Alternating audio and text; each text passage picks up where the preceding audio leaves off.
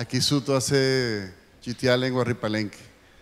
Amamos la lengua palenquera. Creo que buena parte de lo que somos como sociedad ha venido de esa suerte de comunidad que es una maestra para la sociedad colombiana, en América Latina y en el mundo, porque además es patrimonio de la humanidad.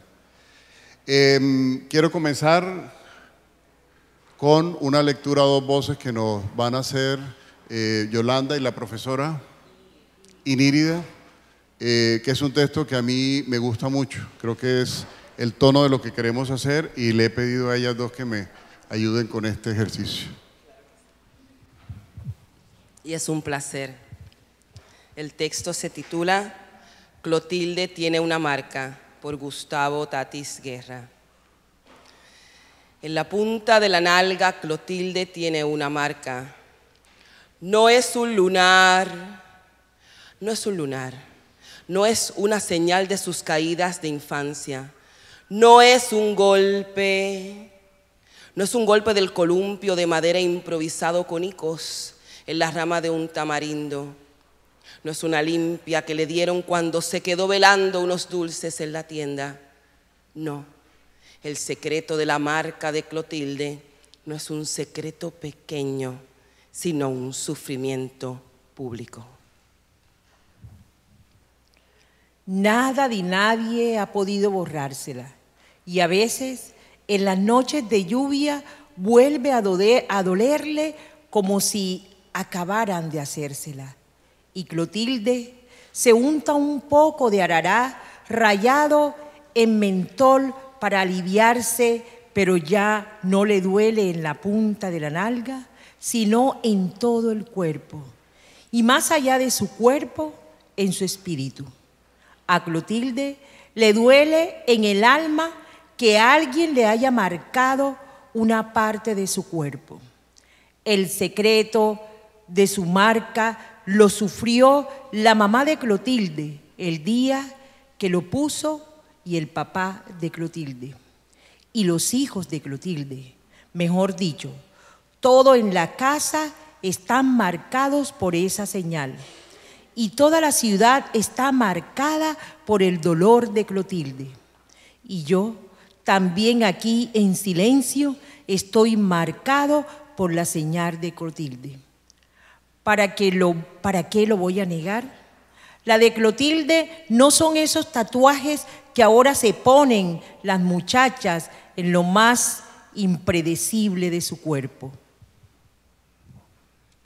En la oreja, en el ombligo, en el muslo o en el seno. No, la de Clotilde es una carimba. Carimba es la marca de hierro candente que les ponían a los esclavos comprados en la plaza, en el bazar de negros africanos de Cartagena de Indias. La de Clotilde es la huella que la ciudad no ha podido borrar más allá de su propia piel. Es una huella que está muy adentro de cada uno de los cartageneros. Cuando a alguien se le desprecia y se le excluye. Para ser claros, la marca de Clotilde se despierta cada vez que a alguien le cierran una puerta. Debajo de la marca de Clotilde está toda una parentela de muchachos y muchachas africanas marcados por el mismo hierro. Debajo de esa marca ha estado pisoteada África y Cartagena de Indias, que es su otra hermana. ¿En dónde estaba Dios cuando pusieron a calentar el hierro para Clotilde? Se preguntan las hijas de Clotilde. La respuesta es siempre un pantano de lágrimas. En las noches más tranquilas, Clotilde quería olvidarse de esa marca y su marido la acariciaba como un ángel la madera oscura y tierna de sus nalgas. Y por un instante ella sentía que la marca se borraba por la gracia del amor. Por un momento parecía no haber existido el bazar de los esclavos africanos en donde está ahora la plaza de los coches o la plaza de la aduana. Por un momento tampoco había existido un guerrero llamado Ben Cosbiojó que enfrentó a los ejércitos y creó el primer palenque en América. Por un momento todo parecía haber salido de los labios de Manuel Zapata Olivella, el bisnieto de Clotilde.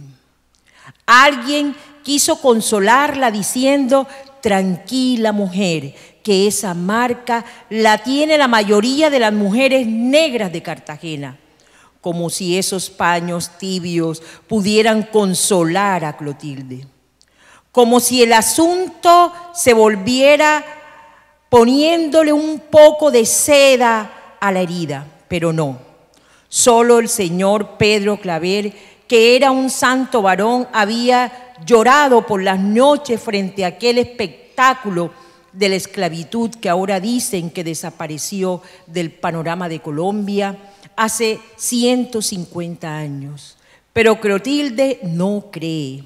Virgen Santísima, ¿cómo puede creerlo si todavía duele?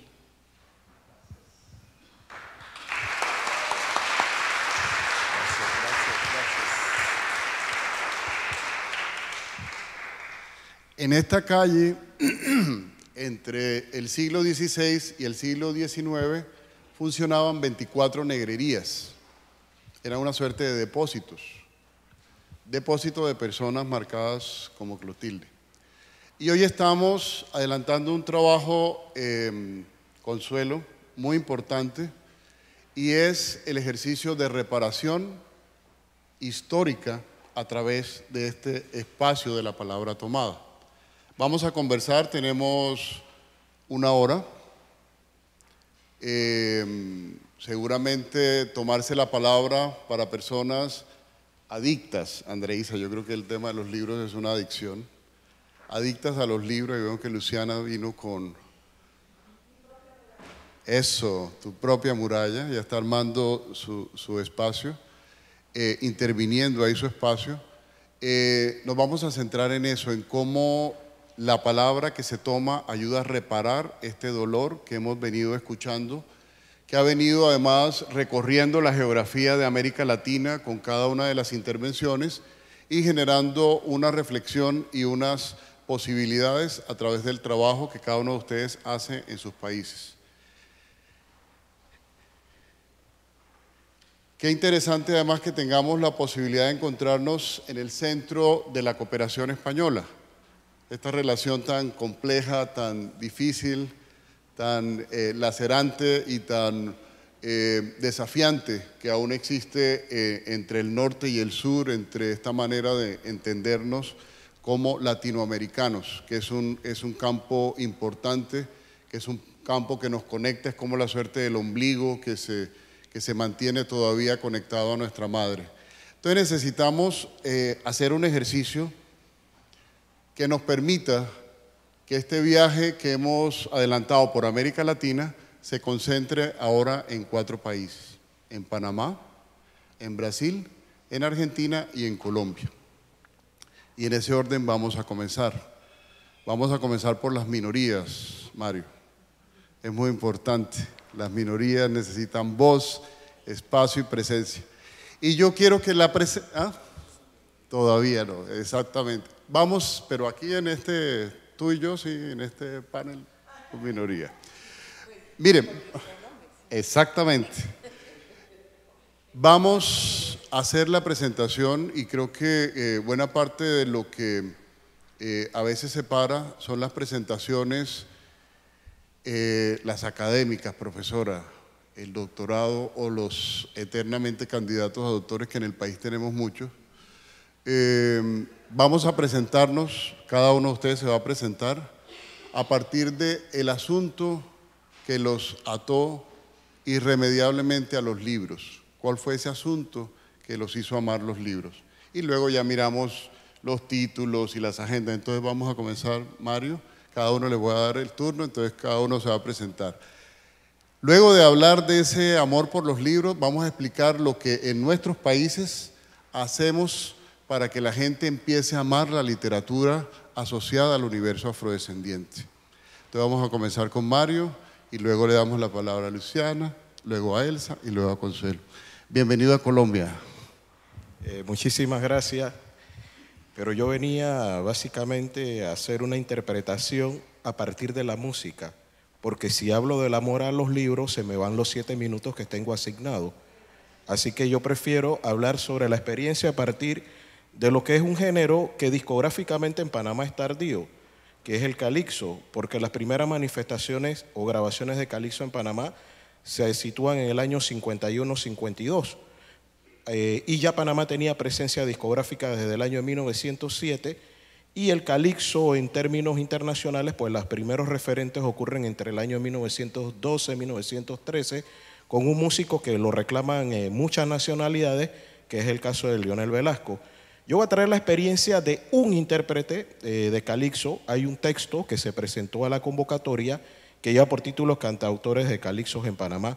Una primera lectura de este texto ya fue publicada en República Dominicana. Este es un texto que ahora se está ampliando y que quiere ver un poco el análisis a partir de las letras de las canciones. La particularidad del calixo en Panamá es que se puede interpretar en inglés, en español y en el inglés que hablamos en Panamá. Entonces, esa es una gran fortaleza que tienen los intérpretes de calixo en Panamá. Y otro referente es que siendo Panamá un país tan cosmopolita, los intérpretes de música en Panamá hacen unas combinaciones que son sumamente interesantes. Usted se puede encontrar un intérprete de calixo que la línea melódica del piano es plenamente jazzística, o puede incorporar la bossa nova o instrumentos que no son característicos del género, como son el ukelele o el bajo de balde, porque hubo la tradición del bajo de balde, o también se hacía música percusiva a través de lo que eran las cajas de bacalao. Tengo que pararme porque si no, no puedo ver bien lo que tengo. La siguiente gráfica, perdón, disculpe. Vamos a esperar. La siguiente gráfica. Como le dije, la experiencia va a ser a través de un intérprete calixo de la Unvive, nacido en el año 1928. Su nombre artístico es Lord Panamá, su nombre real es George Allen. Él es del área de la costa panameña, de una ciudad de Colón, y comienza muy temprano a cantar dentro del género. Él era de los intérpretes que hacía música en lo que se conoce como el backyard. ¿Qué es el backyard? El patio trasero, donde se reunían los intérpretes a improvisar, y él fue uno de los grandes maestros de la improvisación y comenzó a grabar a inicio de la década de los años 50. Siguiente gráfica. Vamos a ver algunos ejemplos discográficos, porque él creó su propio sello discográfico que se llamó Panix. Él siempre dijo que él no quería tener deuda con sellos discográficos que lo ataran. Al principio de su carrera tuvo que hacerlo, pero él dice, yo creo mi propio sello discográfico, yo hago mi propia distribución, yo vendo mis propios discos. Así soy libre. Y estos son algunos ejemplos de del sello discográfico que él creó. El tema a la derecha es Fire Down Below, tiene que ver con la experiencia de los caserones de maderas que existieron en Panamá, que se construyeron a raíz de la época de la construcción del canal, y era continuamente, siempre se producían esos fuegos, y él hace referencia en la imagen número 2 al Fire Down Below. Vamos a ver otras imágenes. Estos son otros ejemplos. El ejemplo a la mano derecha, que es la bomba, es curioso porque es con un trío de un músico panameño que inventa una modalidad que se conoce como el tambo jazz, que es Víctor Boa. Entonces este es un número muy ecléctico desde la perspectiva musical, donde Lord Panamá incorpora el órgano en la música y comienza a hacer calixo a partir de la parte rítmica del órgano. Siguiente gráfica. Vamos a la siguiente. Y vamos a escuchar un fragmento de lo que él denomina false beauty, una belleza falsa de la mujer. Este disco es curioso porque es el único antecedente que se ha encontrado hasta ahora en Panamá de la orquesta de Iván Lashley, un jazzista de Colón, que comenzó a hacer música con su agrupación en la década de los años 50, en la década de los años 40. Un fragmentito de esta grabación.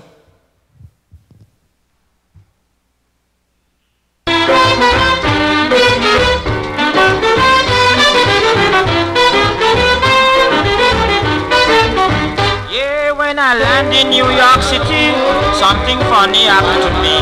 I met a woman with hips like Mae West and a pair of Jane Russell breasts. She had plenty hair like Dottie Lamour and her teeth pretty evermore. She invited me up to she apartment where I met up with the great. Lo que sigue. Otros dos ejemplos que ya no son para el sello discográfico, como le dije, tuvo que negociar y también tuvo que grabar con otros sellos discográficos. Siguiente imagen. Esto es el referente más antiguo que se ha encontrado y es el vendedor de hot dog, de perros calientes. Es el doble sentido que él mezcla. Él dice en una parte al final del estribillo del disco, perro caliente con bastante picante, que salchichón, los más grandes de Colón. Y el coro responde, she looking for a fella with his sausage in the hand, I am the hot dog man. Vamos a escuchar un fragmentito.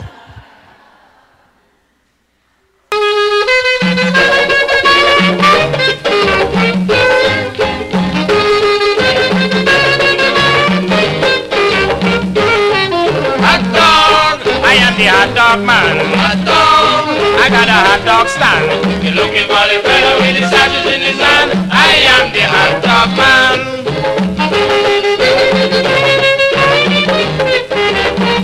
Aquí sí pueden apreciar musicalmente los instrumentos tradicionales que utilizaban los negros para hacer el calipso. Se escucha el ukelele, también hay un bajo de balde, pero también la incorporación de otros instrumentos como el caso del saxofón. En la siguiente imagen. Esta fue la primera experiencia discográfica que él hizo en términos de larga producción en inicio de la década de los años 70 e incorporó temas del pasado y los modernizó con la instrumentalización de ese gran maestro panameño que era Víctor Boa. Es una especie que hace música, calipso e incorpora elementos jazzísticos en esta producción. Vamos con la siguiente imagen. Y esta es su máxima producción discográfica, la grabó en el año de 1986 para el sello Columbia. Y quiero que escuchen un fragmento de Calipso en Panamá, porque ahí él comienza a narrar la historia de lo que fue cómo la comunidad negra que vino para la construcción del canal, pues se fue incorporando a las identidades panameñas.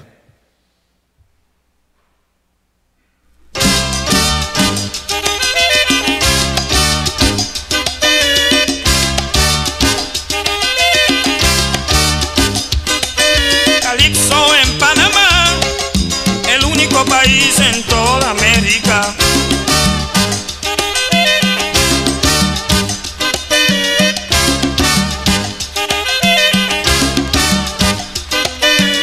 Los antillanos llegaron a Panamá a construir un canal. El calipso lo hicieron muy popular durante sus fiestas o en carnaval. Aquí sus hijos nacieron y muchos se quedaron panameños de nacimiento, igual que el calipso. Bueno, me quedan 2 minutos, así que voy a acelerar. Es que venir tan lejos para hablar de música 7 minutos es bastante difícil. Yo había preparado una conferencia de 2 horas y vamos a ver la experiencia de este intérprete a través de la Biblioteca Nacional. La siguiente. La foto a la mano derecha es con funcionario de la Biblioteca Nacional. A la izquierda está rodeado de una serie de músicos panameños. Vamos con la siguiente imagen.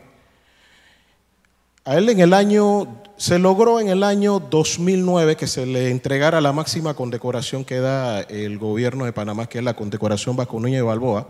Él está a la mano derecha, pero quiero explicar los personajes que se encuentran a la izquierda. El señor de las gafas es uno de los grandes cultores de un género que se conoce en Panamá como la décima, con acompañamiento de un instrumento tradicional panameño que es la mejoranera.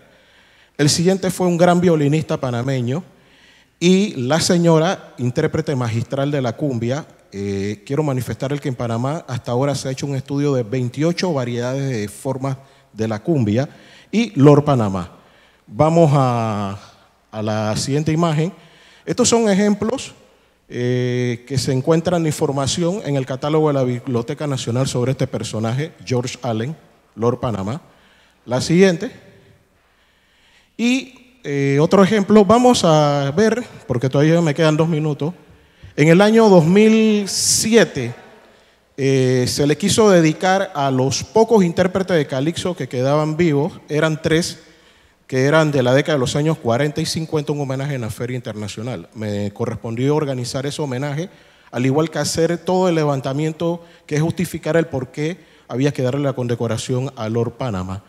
Vamos a escuchar un fragmentito de lo que yo le pregunto a Lord Panamá y a otro intérprete panameño de calipso, Lord Byron, cuál es el significado de ser Lord. Ya para cerrar este homenaje, una pregunta que es fundamental. ¿Cómo sale el nombre, cómo surge el nombre de Lord Byron y cómo surge el nombre de Lord Panamá en términos artísticos? El de la camisa blanca haya fallecido. Herencia de nuestros abuelos. Inglaterra, Jamaica, ahora el nacido en Panamá. Es que no tenemos que ir a buscar título allá.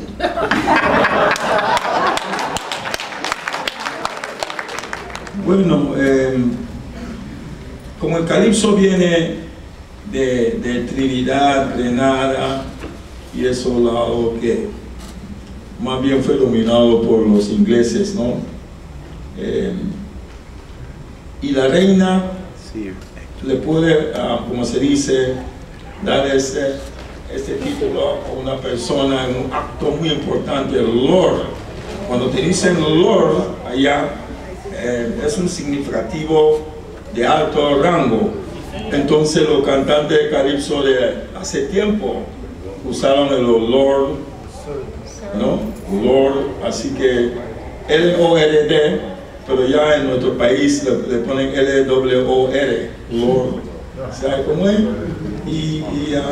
¿Cómo te lo pones?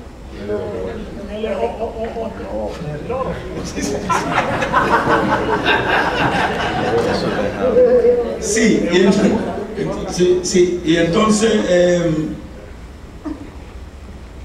yo empecé a cantar calipso en los carnavales, en los patios, en Colón, donde sí había competencia, había grupos de calle Cuarta, grupos de calle 12, de calle 8, de calle 14, y nosotros de la novena en Central, ¿no? Y cuando hay visita, uno sale con la bandera y va caminando hacia el otro patio, y entonces los del otro patio salen con su bandera y lo ponen así junto y le llaman una visita. Vamos a visitar el conjunto de calipso, pero había un fenómeno que yo no lo voy a decir porque soy yo. Cuando nosotros llegamos a un patio, cuando nos vamos, toda la gente va con nosotros, ese patio queda vacío. No, ya. Todos van para donde nosotros. Bueno, cuando se abra el periodo de preguntas, podemos conversar sobre el calipso. Muchas gracias.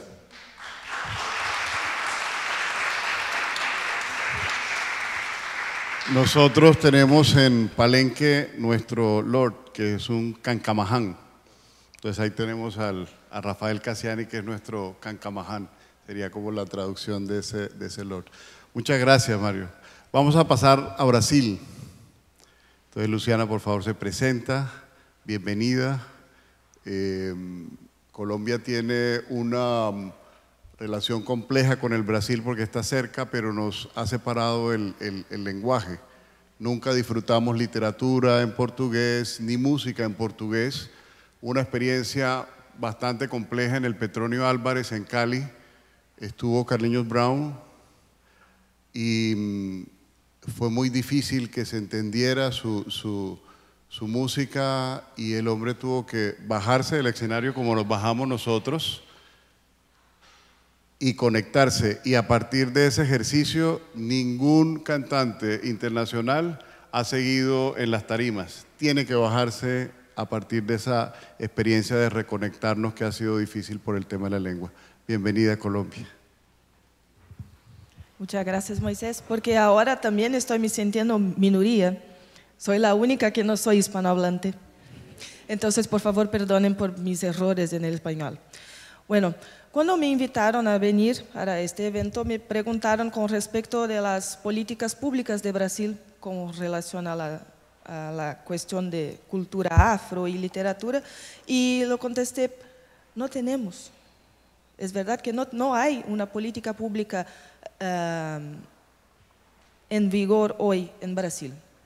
Pero busqué algunas informaciones y voy a contarles un poquito con respecto a las publicaciones que la Biblioteca Nacional logró hacer en estos últimos 14 años. Tuvimos casi 40 títulos publicados y yo tengo algunos conmigo. Me gustaría mostrarles este aquí, que es una publicación muy interesante que habla de la enseñanza de la filosofía y de una ley que tenemos en Brasil que obliga a las escuelas a enseñar la cultura afro. Está en el programa de todas las escuelas. Por favor, me ayuda. Yo tengo mi propia muralla aquí, ya que estoy en Cartagena, pero no es tan fácil manejar todo. Tengo aquí también este, no está, no. Ah, ese no puso la portada. Este se llama Pensando África. También es una publicación muy interesante y es prácticamente una publicación de un evento ocurrido, creo que fue 2010, creo. Muy bueno. Es importante que son todas coediciones. Este para mí tiene un valor muy particular, se llama Saber del Negro, y es una publicación de uno de los más importantes historiadores de Brasil que fuera negro. Se llama Joel Rufino dos Santos, falleció en 2015. También tenemos este aquí, que son cuentos, se llama Circo de Pulgas.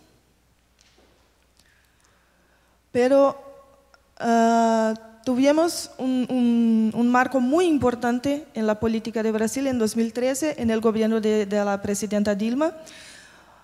Logramos hacer una llamada pública para publicaciones de la Biblioteca Nacional en coediciones con editoriales y tuvimos 102 propuestas, las cuales pudimos publicar 19, incluyendo joyas como este, La creación de la tierra y del hombre. Este que es una mirada por un cuento tradicional, creo. Estos son títulos infanto-juveniles que quiero creer que son muy importantes. Este es muy bonito, se llama El mar que baña la isla de Goré. Estos todos son tradicionales. Este se llama Obaniho, el rey que baila por la libertad. Y este se llama En el ritmo de maré.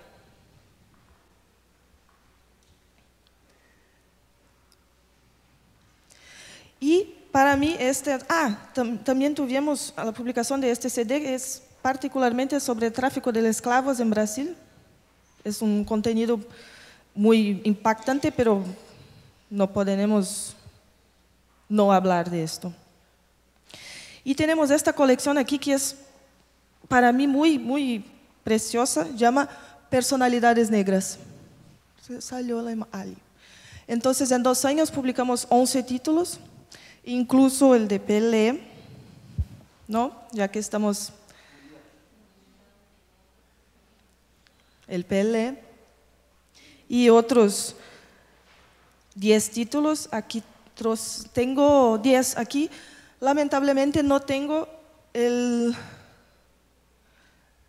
de este, que es el más importante escritor de la historia de la literatura brasileña, llamado Machado de Assis, que llevó como un siglo para que la historia lo reconociera como negro, porque lo blanqueaban las fotografías en los libros. Y sin embargo es el más importante escritor de la historia de la literatura brasileña. Se olviden, por favor, de Paulo Coelho. No, Isto es literatura brasileña. Isto es literatura.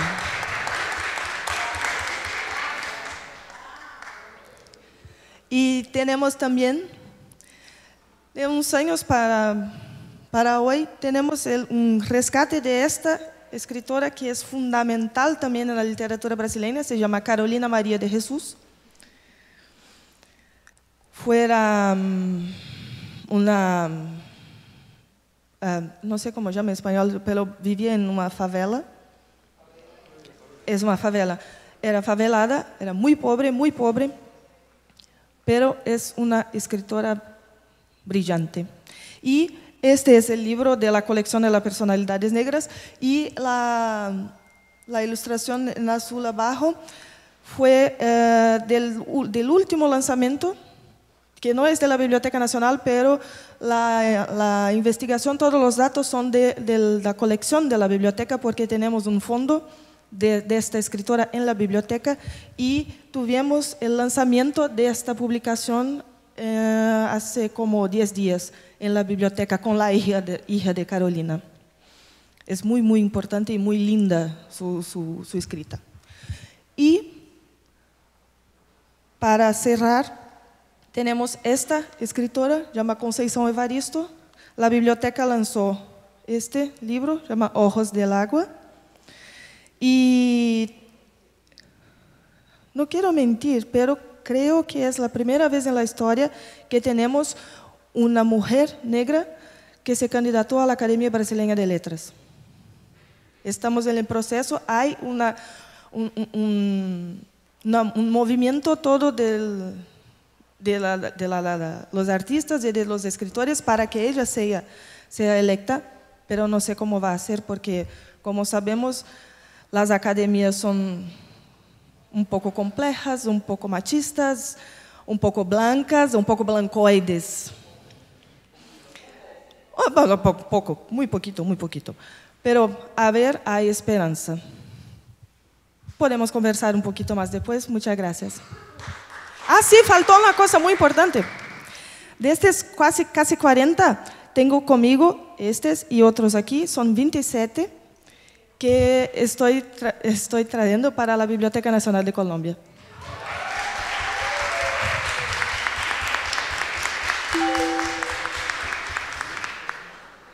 ¿Qué mamá es boa?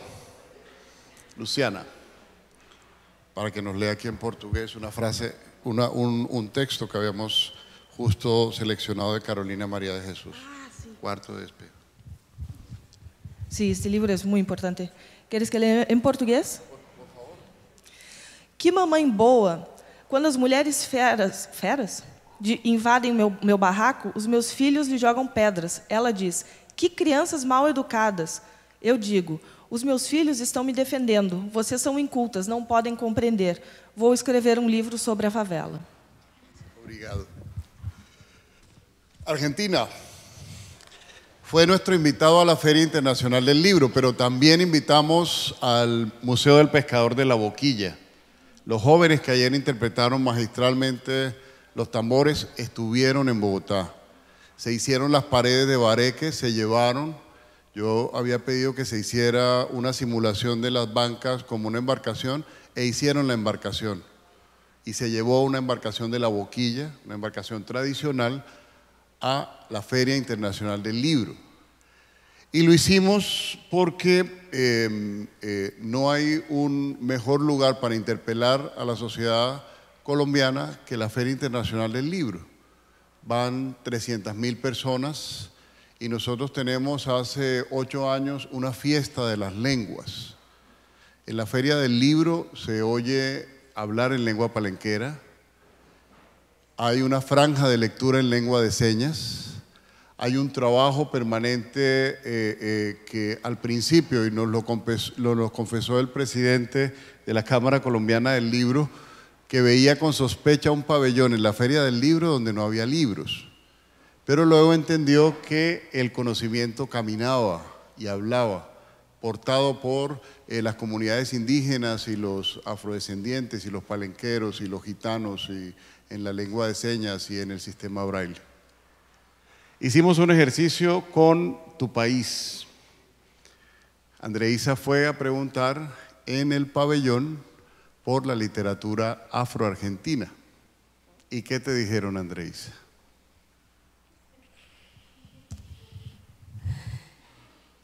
Ah, señorita, es que ese tema ya en Argentina hace mucho lo eliminamos.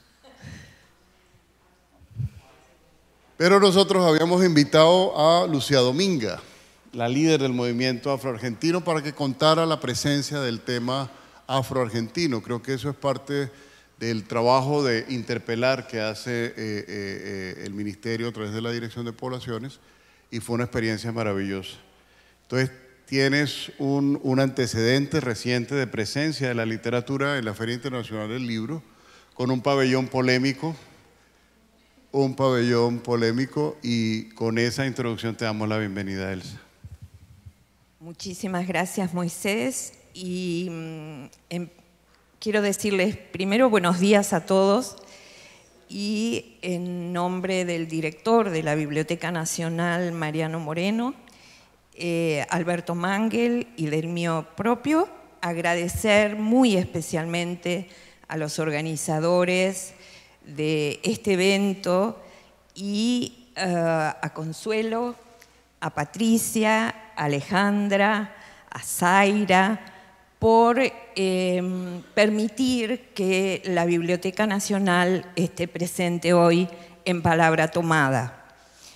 Quiero decirles fundamentalmente que la experiencia que he vivido estos días en Bogotá primero, que estuve un día muy rápido en la Biblioteca Nacional, y luego aquí en este evento, han marcado mi vida. Me siento una antes de este simposio y otra luego de haber escuchado a especialistas tan destacados y tan importantes que hablaron durante estos días sobre la temática afro-latinoamericana. Tanto Alberto Mangel como yo quisiéramos mostrarles, porque quizás muchos no conocen nuestra biblioteca, un breve video para que la conozcan muy rápidamente, y luego hablaré unas palabras sobre Palabra Tomada. Y ahora sí, también quiero ser muy sincera, y cuando nos invitaron a la participación en Palabra Tomada, pensamos, ¿y con qué podemos contribuir nosotros? No fue la respuesta espantosa que recibió Andreisa en la feria, de ninguna manera. Hicimos todos los esfuerzos por pensar de qué manera podíamos contribuir, y fundamentalmente lo que se nos ocurrió fue, primero de todo, yo vengo más bien del área técnica, no vengo de las letras. Soy bibliotecaria, para quienes son bibliotecarios aquí también. De modo que hicimos una búsqueda en nuestro catálogo y nos encontramos con que en el catálogo tenemos más de 50 títulos sobre toda la temática afro-latinoamericana, afro-argentina, afro-porteños, y toda esta cuestión terminológica que también se planteó acá, que comenzó planteando la Silvia y después también siguió Yolanda, y creo que hay tanto para hacer. Por lo tanto, con Alberto Mangel pensamos qué podíamos hacer las bibliotecas nacionales que estábamos aquí presentes hoy en Palabra Tomada, para tratar de acercar a toda la comunidad que esté interesada en esta temática a el acervo bibliográfico que poseen nuestras instituciones. Por eso la propuesta nuestra sería ver la posibilidad de armar una plataforma virtual donde cada una de las bibliotecas podamos incluir toda la literatura afro-latinoamericana que poseamos, siempre y cuando obviamente estén libres de derecho de autor. Ustedes saben que como bibliotecas nacionales tenemos que respetar muchísimo eso. De modo que esta sería nuestra propuesta, o quizás si una plataforma virtual nos resulta muy difícil, comenzar con una tarea más humilde y más pequeña, pero no por ello menos importante, que sería una lista bibliográfica de qué es lo que poseemos, qué tenemos para saber, qué tiene Brasil, qué tiene Panamá, qué tiene Colombia, qué tiene Argentina, porque nos encontramos en nuestra propia colección con libros, folletos, periódicos, una colección muy interesante de música afro en la Mediateca, Audioteca. Entonces, comenzar a investigar un poquito más eso de manera más profunda y ver qué podemos hacer. Y si no es una plataforma virtual, bueno, al menos comenzar con, reitero, una lista bibliográfica simplemente de qué poseemos. O sea que aquí hacemos una propuesta concreta de continuidad de trabajo sobre la temática afro-latinoamericana para que en nuestros sitios web de alguna manera se visualice un espacio virtual específico sobre el tema. Por otro lado, también pensamos, ¿por qué será esta cuestión que uno cuando le plantean un tema en principio dice, no, pero ¿y con qué vamos a poder contribuir? Y luego cuando uno investiga, encuentra que tiene, y que tiene mucho.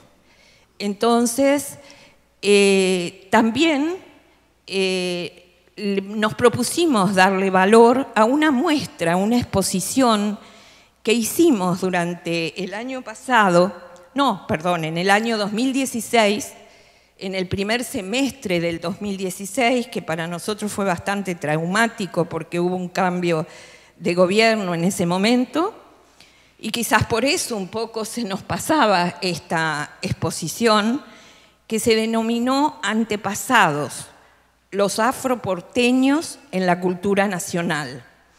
La muestra trató de exponer las huellas culturales que dejaron los afroargentinos en la historia del país.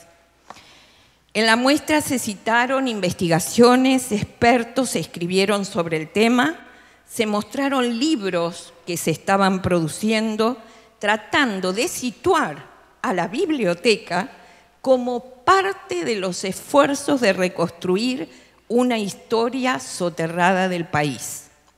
Así, se presentó un bosquejo del proyecto de la Ruta del Esclavo, del tango y el bombo, aportes de la africanidad, africanismos en nuestras canciones, ubicación de los mercados, cofradías y naciones, periódicos afroporteños, africanismos en el Río de la Plata, de quilombos y mandingas, huellas de lo afro en la música argentina. Y por último, simplemente mostrarles un breve video también sobre esta muestra. Los sitios de encuentro de las naciones africanas: Araraes, Minas, Mandingas, Bangúes, Pansúes, Yolof, Zambúes y Congos. Entonces, estamos ahí conectados con ese contexto. La anfitriona. El censo, ¿ya todos se censaron? Bueno, salvo los extranjeros. ¿Todos se censaron? El censo va a ser un reto muy importante porque va a enfrentarnos a la pregunta del autorreconocimiento. Ayer Yolanda nos hizo un ejercicio de autorreconocimiento, pero el del censo es complicado porque el del censo está interferido por la idea de lo que significa aceptar, reconocer, portar la identidad afrodescendiente. Aquí en Colombia la clasificación es afrocolombianos, negros, raizales y palenqueros, por razones geográficas, históricas, sociológicas, antropológicas y de reconocimiento. Entonces, tenemos un universo cultural afrodescendiente, Consuelo, y muchas gracias nuevamente por este espacio de Palabra Tomada, que es complejo. La Biblioteca Nacional y el universo afrodescendiente. ¿Cómo se toman la palabra los afrodescendientes en la Biblioteca Nacional? Muchas gracias. No, pues la que tiene que dar gracias soy yo, porque realmente este ha sido un escenario, alguien ayer lo decía, necesario, y yo digo que es absolutamente indispensable. O sea, ya es, yo creo que después de haber hecho esta reflexión, estas reuniones, haber visto el entusiasmo con que los asistentes han asistido todo el tiempo a la exposición desde diversos puntos de vista. Hoy vimos la música, ayer la poesía, el escritor mismo como Alfredo contándonos sus raíces y cómo concebía la escritura y la creación. Nosotros entendemos que lo que nos hemos perdido, hemos estado totalmente empobrecidos en nuestra visión del mundo. Pero también me preguntaba cuando tú decías cómo se puede presentar uno, pues yo solo me puedo presentar como una lectora, pero lo relaciono un poco con todo lo que ha salido acá, y es que las palabras dolor, sufrimiento, esclavitud, miseria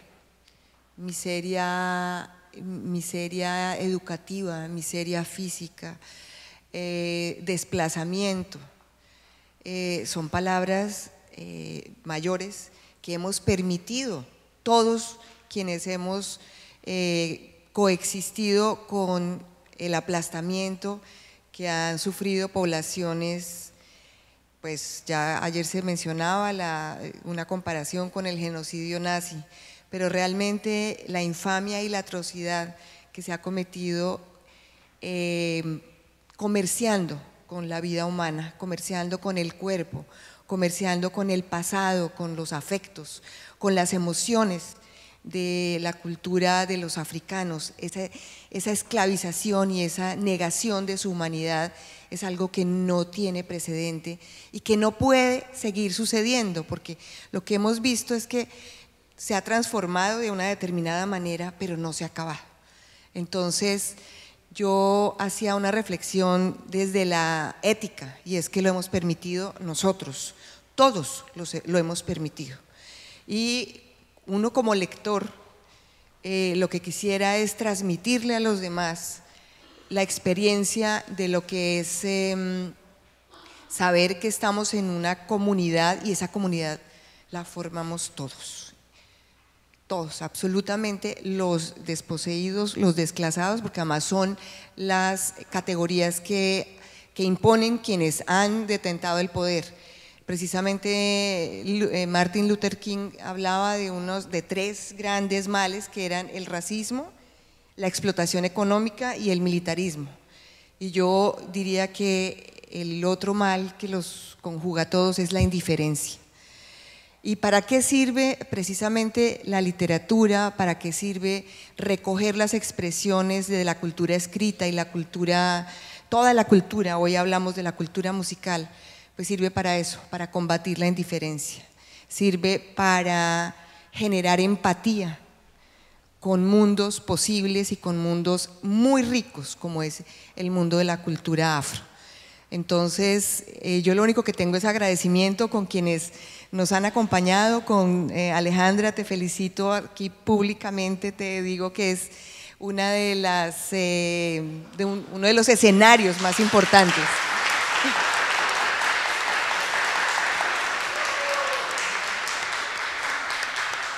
porque les digo que yo llevo 5 años en la biblioteca y no paro de sorprenderme, y esto realmente era absolutamente indispensable.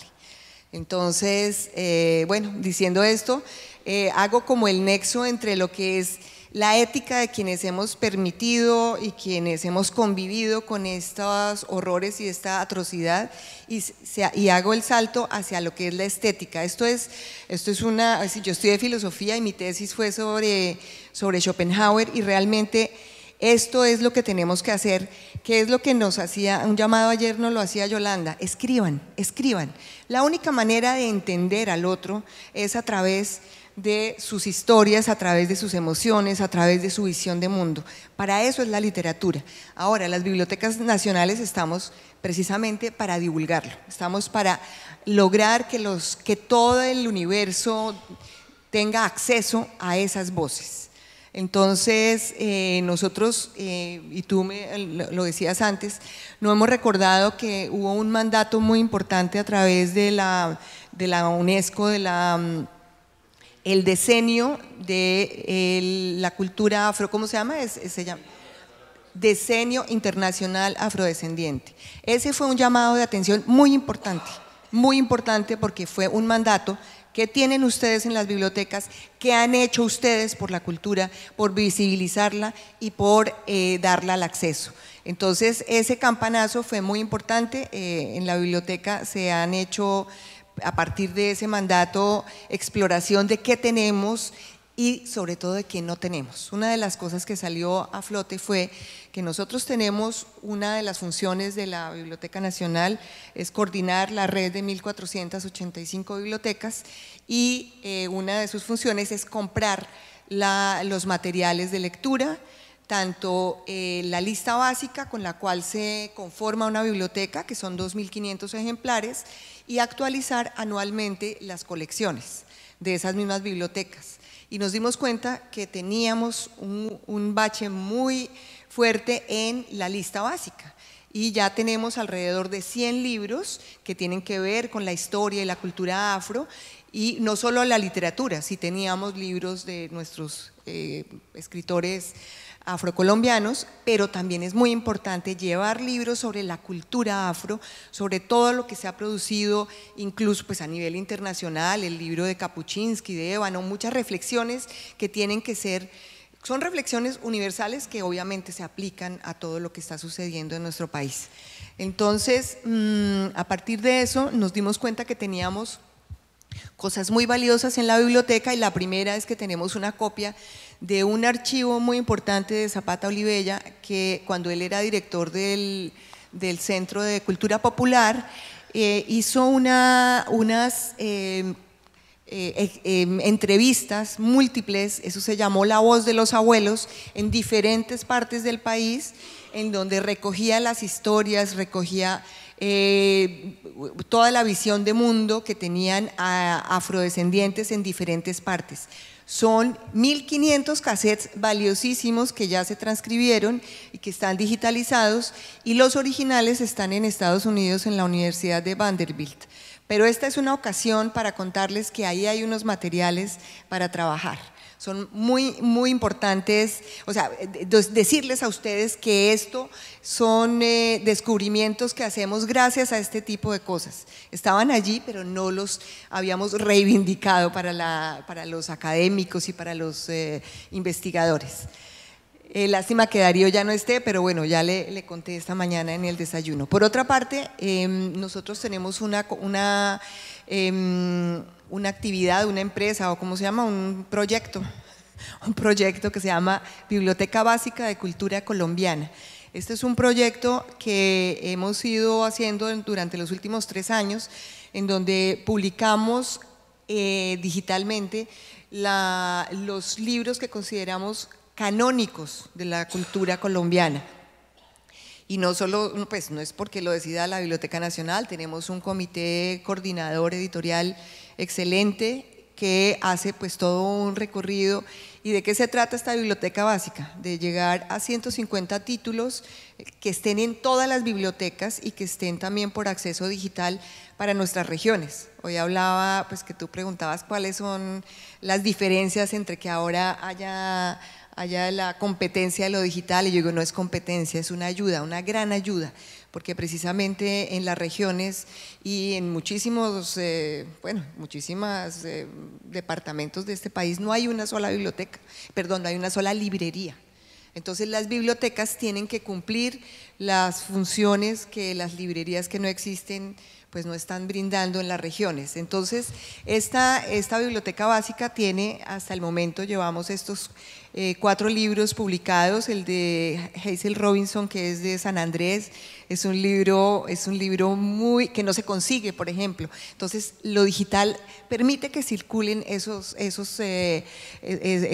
contenidos. El Fogón de Negros, que es un libro muy bello de la cocina y toda la cultura gastronómica del Valle del Cauca, e incluso pues de otras partes, porque es un investigador que tiene una gran pasión por la gastronomía, pero se centra muchísimo en esa gastronomía de donde es él, que es del occidente. Tambores de la Noche, pues bueno, anoche estuvimos precisamente oyendo en vivo y en directo los Tambores de la Noche, y bueno, Cantos Populares de mi Tierra, que ha salido aquí pues muchísimas veces. Pero ¿esto qué permite? Pues que los profesores, que los estudiantes, que las personas que están en el Amazonas, en La Guajira, en Nariño, conozcan esta producción y tengan estas emociones poéticas y literarias que nos brindan estos grandes escritores. Y además ampliar la historia de la literatura colombiana. Por otra parte, hemos hecho el esfuerzo a raíz del mandato de comprar libros para que las colecciones se enriquezcan. Entonces, pues aquí hay una muestra de los últimos libros que hemos comprado para todas las 1.485 bibliotecas, que además no solo los llevamos y los dejamos allí, sino que se trabajan en los proyectos de promoción de lectura, porque eso es fundamental. O sea, no es dejar un libro allí, sino realmente apropiárselo y que se haga y se generen discusiones alrededor de eso y lograr lo que tú quieres. Y yo creo que eso es fundamental, y es que se puedan expresar. Para poder hacerlo bien hay que leer mucho, hay que entender que hay muchas maneras de poderlo hacer, y lo que hizo Adelaida, que se fue,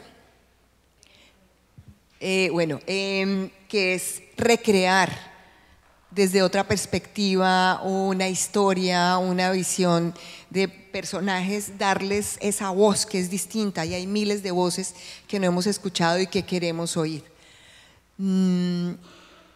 También recordar que la anterior ministra de Cultura fue una afrodescendiente, Paula Marcela Moreno, que tuvo una iniciativa que fue realmente muy importante de hacer una biblioteca afrocolombiana que tiene pues novelas, una selección de poesía negra femenina, ensayos importantes, y además pues eso también nos llama la atención. Tenemos que difundir.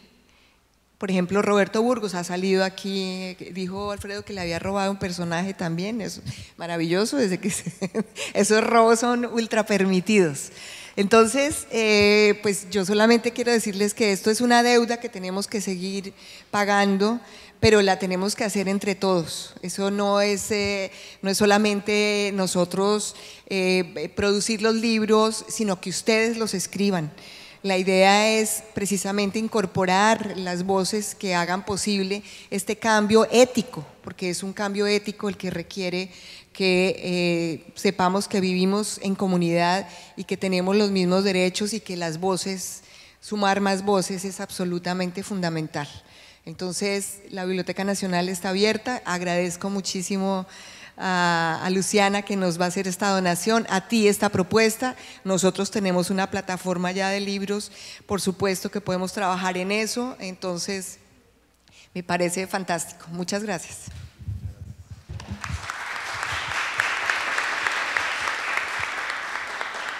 Mucho antes que abran su boca, él conocía lo que pensaban sus mentes. El abuelo Gafua le ha dado el don de la clarividencia. Las torturas sofocantes no son para él porque Yemayá lo ha ungido con sus aguas sagradas. Podrían sumergirlo en plomo hirviendo sin que lo obliguen a negar o callar lo que sentía. Le preguntan quiénes fueron sus padres y maestros y entonces fue cuando abrió su boca para cantar la gloria de nuestros orichas. Mi estirpe es más vieja que la vuestra. Cuando los hebreos y rumanos vinieron a disputarse la Tierra Santa, mis antepasados ya la habían recorrido, arado con bueyes, haciéndola parir espigas y granos que se repartían sin avaricia entre todos los necesitados. Manuel Zapata Olivella, Changuel Gran Putas. Para cerrar, vamos a hacer un ejercicio que es como la junta directiva que uno nunca hace con uno mismo. Uno nunca habla de los fracasos, y a mí me gusta la fracasología, pero no para rumiarla, sino para que sirva para reparar, para resolver, para transformar, para hacer ese pago de la deuda histórica. Entonces vamos a hacer una ronda con la que les agradecemos y con esa vamos a finalizar. ¿Qué es lo que no ha funcionado en sus países y qué es lo que ustedes proponen para que se empiece a transformar y a reparar este daño que hemos escuchado, cantado, oído ayer en tambores, leído, etcétera? Comenzamos con Mario, Panamá. Bueno, desde el punto de vista de la recuperación discográfica, hay muchas falencias en Panamá y ahora también se ha creado un fenómeno de especulación.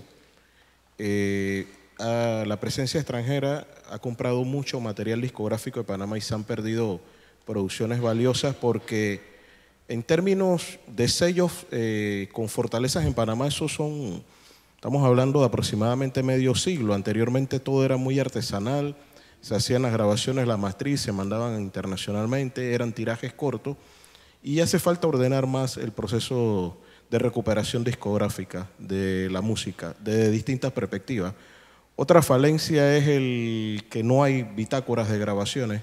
Hay que recurrir siempre a la fuente de los periódicos para más o menos tener una aproximación de fechas de cuándo pudieron ser hechas estas grabaciones.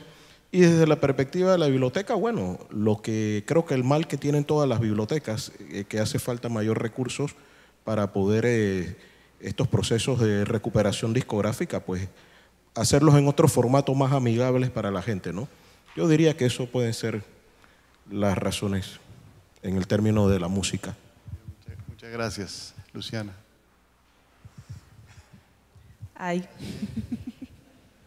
Bueno, para mí el gran problema es que el brasileño es un tipo sin memoria.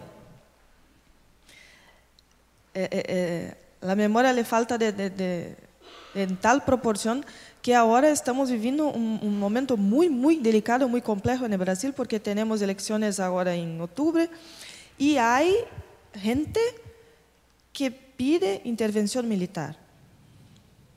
Como si no tuviéramos una dictadura militar muy, muy dura en Brasil. Hay personas, especialmente los jóvenes, que piden militarismo en Brasil.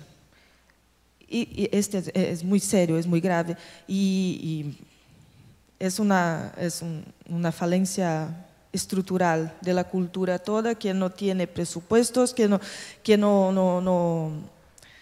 invierte en estas cuestiones, porque la cultura de Brasil es básicamente fútbol, porque todos conocemos a Pelé, y samba y las playas.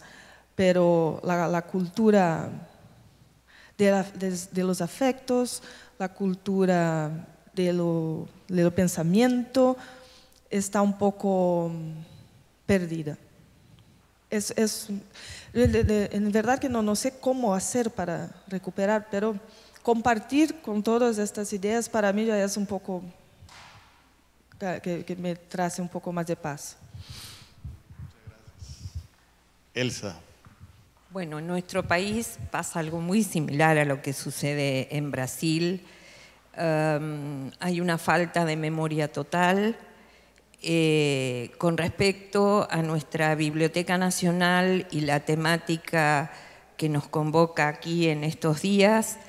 creo que esta participación ha sido como un shock fuerte con respecto a la recuperación específica de esta temática, que evidentemente con la muestra en el año 2016 la habíamos comenzado, pero luego los avatares también políticos, desdichadamente en nuestros países, o al menos en el nuestro, la cuestión política es cambiante día a día. Hoy quizás estoy acá hablando y mañana ya no soy más subdirectora de la Biblioteca Nacional, de modo que así es, de cambiante, de rápido, de sorpresivo, de torturante. A veces me pregunto cómo hacemos para vivir en sociedades así. Pero bueno, eso hace también que la mayoría de nuestros jóvenes se estén yendo del país, buscando otros horizontes, pero bueno, nosotros ya tenemos la vida ahí, de modo que continuamos en la lucha y creo que también alguien tiene que continuar en la lucha, poner el cuerpo para tratar de salir adelante en algo. Algunas cosas creo que me voy a morir sin verlas, pero soy idealista, por algo trabajo también en la Biblioteca Nacional de mi país durante, digamos que ahora en los últimos años tuvo un poquito de continuidad política, pero en determinados años tuvieron un director y un subdirector por año. Entonces, así tampoco se puede hacer absolutamente nada, sin continuidad, sin presupuesto, sin recursos de ninguna naturaleza, es imposible la guarda del patrimonio nacional.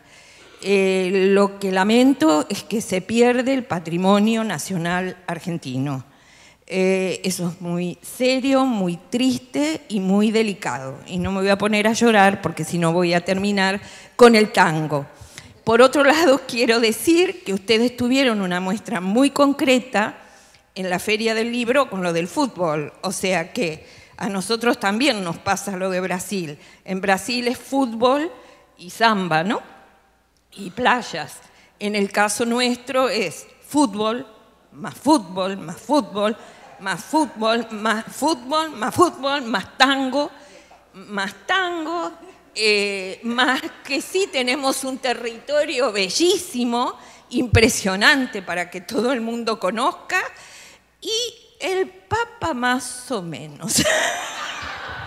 Gracias.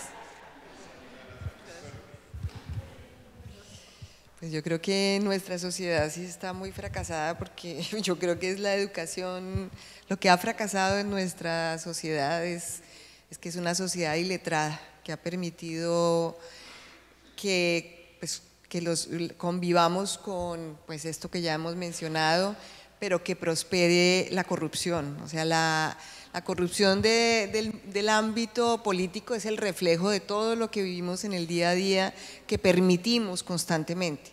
Pero una sociedad iletrada que no puede reclamarle a sus políticos, que no puede reclamar sus derechos, que no sabe de qué manera vivir o aspirar a la felicidad y a la equidad, pues ese es el gran fracaso que hemos tenido nosotros. Y yo creo que pues precisamente la aspiración es poder a través de las bibliotecas, a través de la difusión de la cultura, a través de la diversidad, pues aspirar precisamente a ser pues personas críticas con un sentido de lo humano que no sea impuesto precisamente por la sociedad de consumo, que forma parte evidentemente de todo lo que es la falta de solidaridad, que es realmente el egoísmo de nuestras sociedades.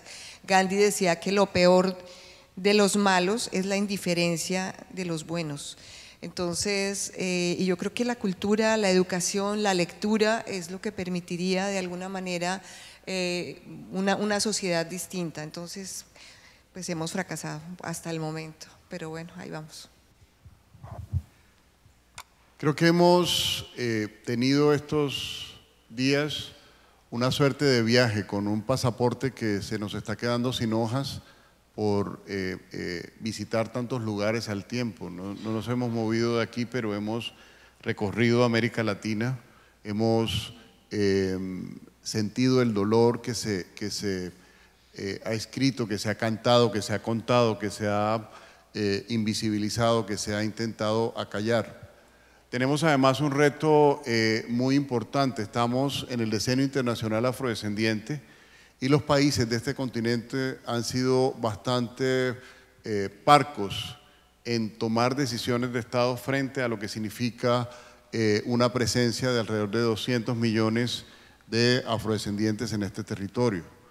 En el año 2005 la Unión Africana estableció que la diáspora africana era la 6ª región de África. Y eso no les hemos empezado a dar contenido. Eso tiene un contenido en orden migratorio, pero también en orden literario, en orden de circulación. Todas esas mentiras que nos vendió la globalización que se han venido cayendo a pedacitos. Quiero agradecer a la biblioteca, al Centro de la Cooperación y a todos ustedes por la atención.